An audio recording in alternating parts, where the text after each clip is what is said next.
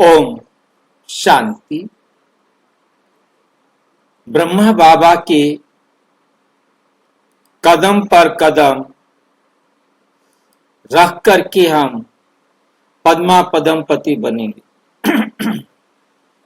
इसलिए हमने ब्रह्मा बाबा के कदमों पर अपने कदम रखने का पहला कदम शुरू किया। हम जाने तो सही कि ब्रह्मा बाबा ने कब कब क्या क्या कैसे कैसे फेस किया, कैसे उनका सामना किया। आज विपक्ष जो है एंटी ओम मंडली,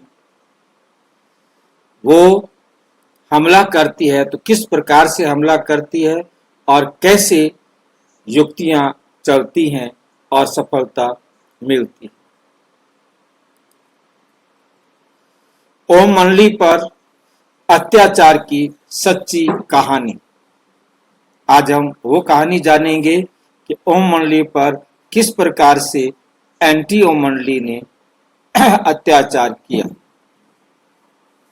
सत्य की राह में आने वाली रुकावटें, विरोध और परमात्मा की याद से मिली शक्ति की एक प्रेरणादायक कथा। जब सत्य के विरुद्ध खड़ा होता है, जब सत्य के विरुद्ध खड़ा होता है संसार, सच के विरुद्ध खड़ा होता है, ये ध्यान देने वाली बात है। प्रिय आत्माओं, जब कोई आत्मा ईश्वर के ज्ञान को समझती है और सच्चाई की राह पर चलना शुरू करती है, तो संसार जो माया के प्रभाव में है, उस आत्मा की परीक्षा अवश्य लेता है। आज हम आपको बताएंगे कैसे कराची में परमात्मा के प्यारे बच्चों को फिर से विरोध का सामना करना पड़ा, लेकिन उनकी अडिग आस्था और ब्रह्मा बाबा की मधुर शक्तिशाली याद ने उन्हें अजय बना दिया।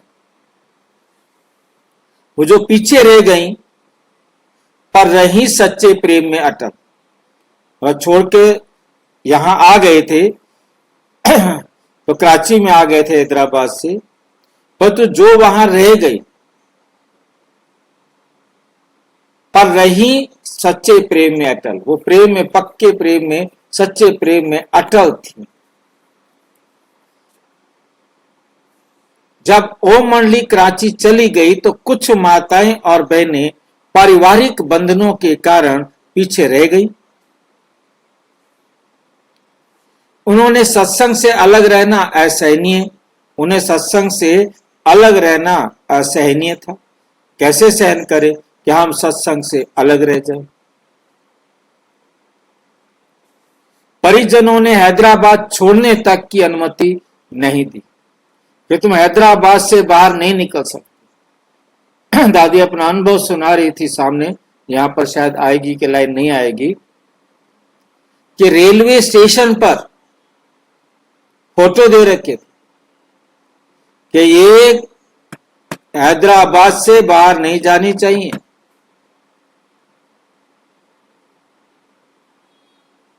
कैसे घर से कूदी, कैसे निकली, कैसे उनको रिक्शा क्या बोलते हैं, टांगा वगैरह कुछ मिला रात को, आधी रात को, और कैसे वो स्टेशन पर पहुंची और रात को ये निकली बुर्का पहनकर।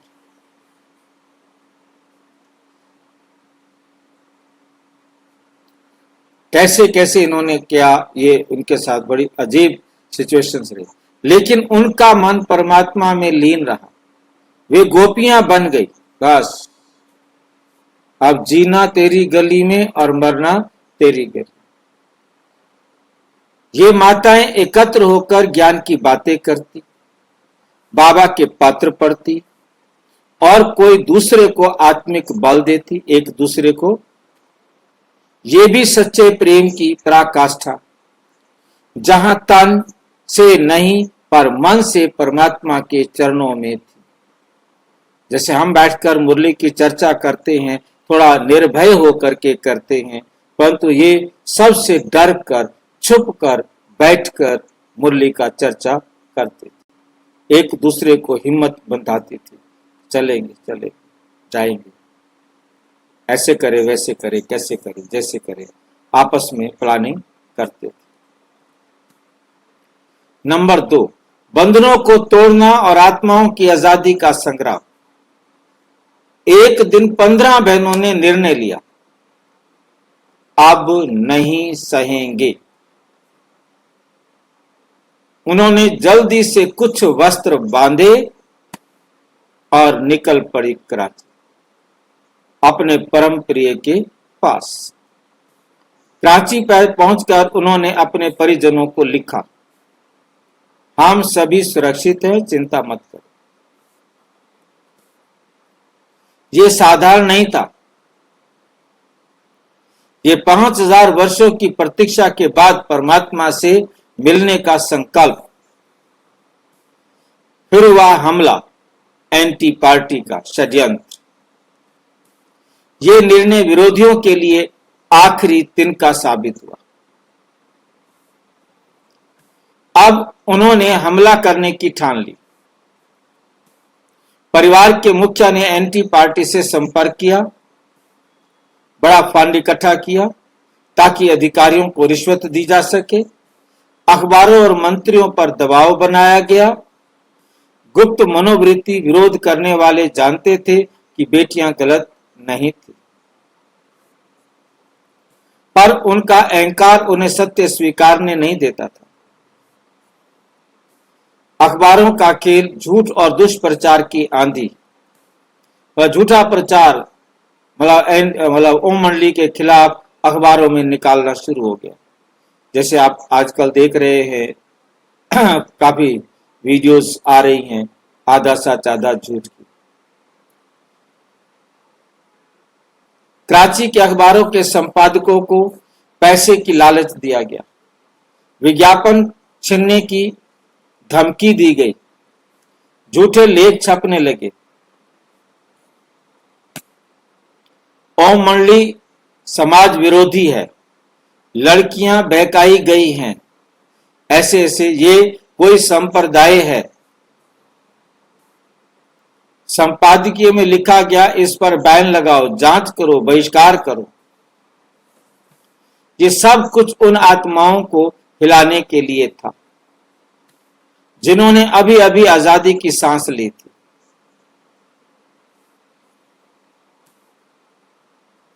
गुंडों के हमले फिर भी अडिग रही आस्था। रुका नहीं विरोध यहीं, भाड़े के गुंडों को भेजा गया। कई बार बाबा के बच्चों को पीटा गया, रास्ते में रोका गया, डराया गया, फिर भी ना किसी की आंख में डर, ना होठों पर शिकायत। केवल एक संकल्प, हम आत्माएं हैं और हमारा साथी परम आत्मा। सच्ची शक्ति, परमात्मा की याद और आत्मिक स्थिति। जिस दिन हर दिशा से विरोध हो रहा हो और फिर भी तुम्हारा मन शांत हो, जिस दिन हर दिशा से विरोध हो और फिर भी तुम्हारा मन शांत हो, तो समझो, क्या समझो, क्या समझो, चारों तरफ विरोध हो फिर भी तुम्हारा मन शांत हो। हाँ जी, तो क्या समझ में आएगा?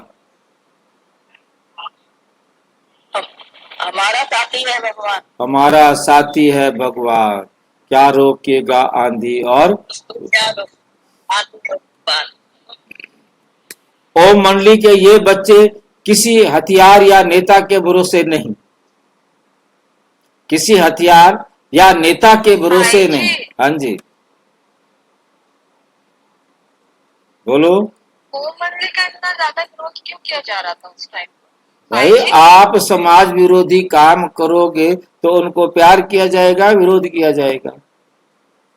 समाज वाले सारे कहे शादियां करो, तुमको शादी मत करो, शादी कर ली है तो छोड़ो पति को, तुम पवित्र रहो। बताओ कौन जीने देगा ऐसी संस्था को?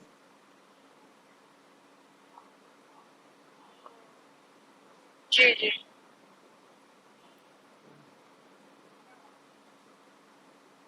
उस दिन से तो विरोध चला रहा है आज तक। ब्रह्मा कुमारियों के खिलाफ यही सबसे पहले आता है, ये भाई बहन बना देते हैं। समाज की कुरीतियों का उन्होंने विरोध किया था, इसलिए उनका ज्यादा विरोध किया जा रहा था। बिल्कुल बिल्कुल। किसी हथियार या नेता के भरोसे नहीं, बल्कि राजयोग की शक्ति और ब्रह्मा बाबा की दृष्टि से जीते जा रहे थे। ब्रह्मा बाबा की दृष्टि, राजयोग की शक्ति। राजयोग कौन सिखा रहा था इनको? राजयोग कौन सिखा रहा था? शिव बाबा। शिव बाबा। और ये ब्रह्मा बाबा क्या कर रहा था? ब्रह्मा बाबा की दृष्टि से जीते जा रहे थे। दृष्टि बाबा ब्रह्मा बाबा की और शक्ति शिव बाबा की। गाइडलाइन डायरेक्शन जो है ना, वो शिव बाबा की। प्रैक्टिकल तो ब्रह्मा बाबा साथ में था ना। निष्कर्ष, जब विरोध बढ़ता है तो समझो कि जीत निकट है।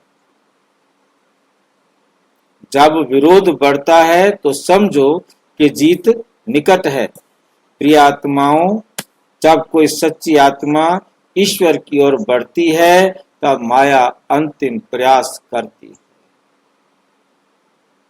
आखिरी प्रयास करती है। क्या? विरोध, भय, अपमान के रूप में। लेकिन याद रखें, हाँ जी, दृष्टि से जीते जा रहे थे, इसका मीनिंग क्या है? जीते जा रहे थे, जीत रहे थे ना, विजय प्राप्त कर रहे थे।